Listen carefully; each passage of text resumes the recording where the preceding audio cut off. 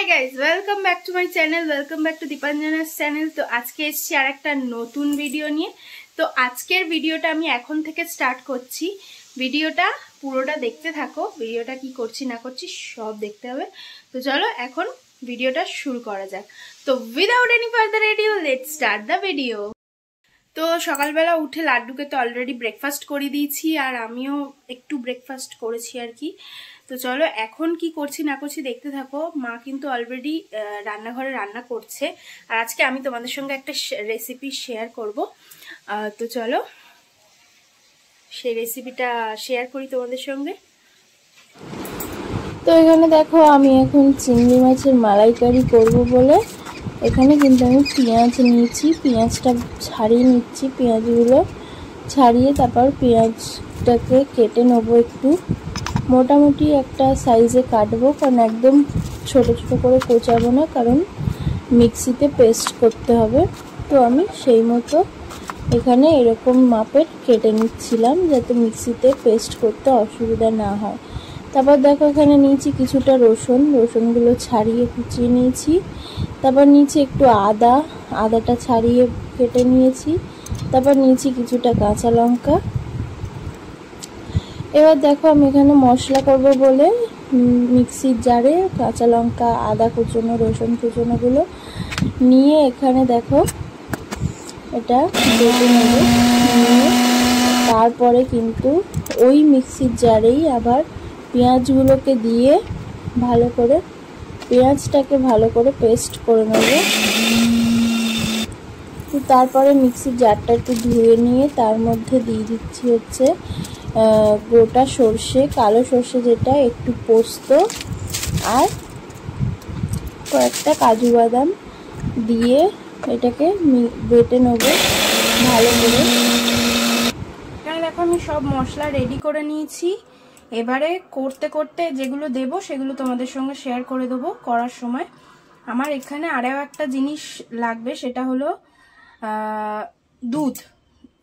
অনেকে নারকেলের দুধ ইউজ করে, তো নারকেলের দুধটা ঘরে না থাকলে সবাই কিন্তু যে গুঁড়ো দুধটা কিনতে পাওয়া যায় বাজারে, আমুলের কিংবা অন্য কিছুর, তো ওই গুঁড়ো দুধটা ব্যবহার করতে পারো। তো আমি আজকে ওই গুঁড়ো দুধটা দিয়েই করব, কিন্তু নারকেলের দুধ যেহেতু আমার কাছে এখন নেই। তো চলো এখন রান্নাটা শুরু করি। তো এখানে দেখো আমি কিন্তু আজকে ছোট ছোট সাইজের, মানে গলদা চিংড়ি না, ছোট চিংড়ির বড় সাইজটা, ওই সাইজের চিংড়ি নিয়ে নিয়েছি এখানে। সেই চিংড়িটা দিয়েই কিন্তু করব। তো চলো এখন রান্নাটা শুরু করি। এখানে দেখো তেলটা গরম হয়ে গেছে, এবার আমি চিংড়ি মাছগুলো ভেজে নেব। আর চিংড়ি মাছের মালাইকারির জন্য কিন্তু চিংড়ি মাছগুলো বেশি কড়া করে ভাজতে লাগে না, একটু অল্প ভাজা হলেই কিন্তু তুলে নিতে হবে।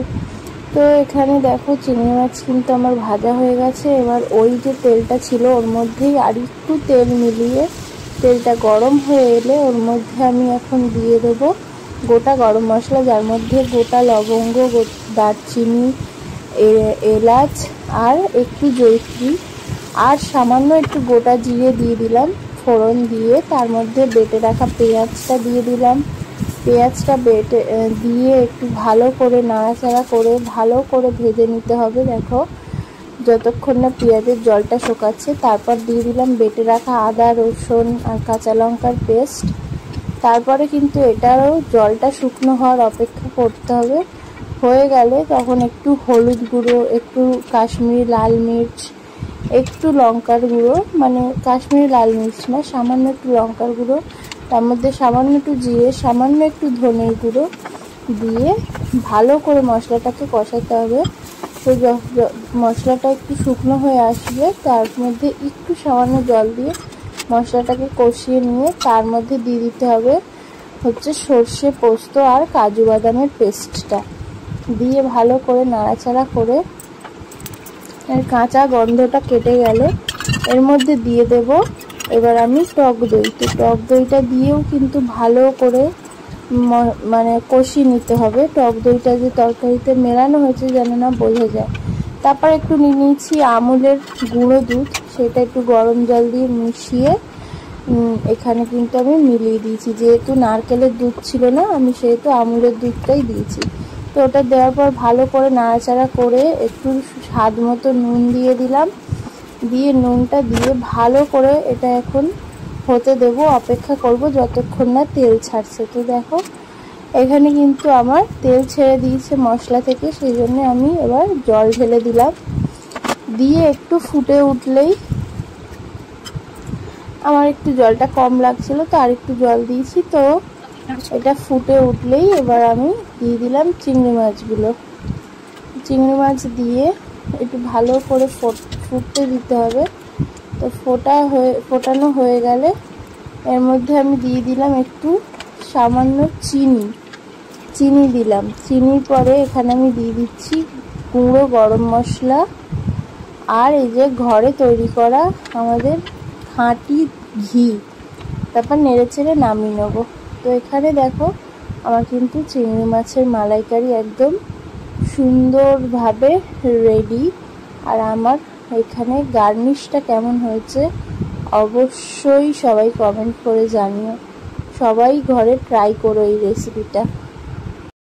স্নান করা হয়ে গেছে আর অনেক দিন ভাবছিলাম হেয়ার কেয়ার করব, একদম মানে চুলে কোনো কেয়ার নিতাম না, একদম চুলটার অবস্থা খারাপ হয়ে গেছে। সেই কারণে আজকে একটু অনেক দিন পরে টক দই, ডিম আর একটু লেবু মেখেছি, তো চুলটা বেশ ফুরফুরে হয়েছে। ফুরফুরেই বটে, চুলটা ফুরফুরে হয়েছে, মানে চুল উঠে উঠে একদম চুলটা মানে চুলের যে ভলিউমটা সেটা কমে গেছে, সেই কারণে চুলটা না আস্তে আস্তে কেমন ফুরফুরে টাইপের হয়ে যাচ্ছে। আর আমার এরকম উড়ন্ত চুল এত ভাল লাগে না। হ্যাঁ, আমার একটু বেশ চুলটা সুন্দর হবে, মানে ভলিউম হবে চুলের মধ্যে সুন্দর, চুলে একটা ওয়েটি ব্যাপারটা থাকবে, তাহলে কিন্তু চুলটা আমার ভালো। মানে আমি কিরম বলতে চাইছি তোমরা বুঝতে পারছো, মানে তেলাত্মবোধক চুল না, কিন্তু মানে ওয়েটি চুল হবে কিন্তু ভালো, বেশ সুন্দর ভলিউম থাকবে চুলে। এই ফুরফুরেনেসটা, এই জিনিসটা না থাকলে আমার খুব ভালো লাগে। হ্যাঁ, চুলটা বেশ সুন্দর ম্যানেজেবল লাগে চুলটা ফুরফুরে না হলে। তো যাই হোক, এখন ভালো লাগছে চুল মাথায় বেশ, এটা এই চুলের মধ্যে এটা দিয়ে বেশ টক দই, ওটা অনেকদিন পরে ডিম দিলাম। চুলটা শুধু নামেই আমার লম্বা হচ্ছে, ঠিক আছে?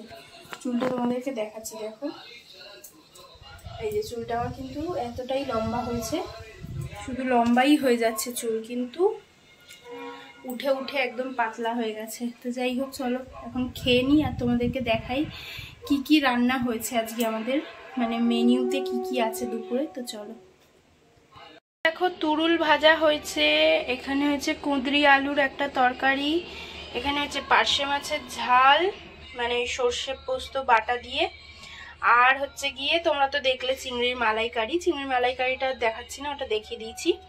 তো এটাই আজকের আমাদের মেনু। তো চলো এখন খেয়ে নি ঝটপট, প্রচন্ড পরিমাণে খিদে পেয়ে গেছে।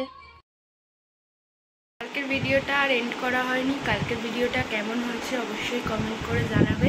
আর রেসিপিটাও তোমরা মানে ঘরে ট্রাই করে দেখবে কেমন হয়েছে, ট্রাই করে অবশ্যই কমেন্ট করবে রেসিপিটা কেমন হয়েছে। তো চলো আজকের ভিডিওটা এখানেই এন্ড করছি। তো ভিডিওটা যদি ভালো লেগে থাকে তাহলে অবশ্যই লাইক, শেয়ার, কমেন্ট করে দিও। আর আজকে এই অবধি।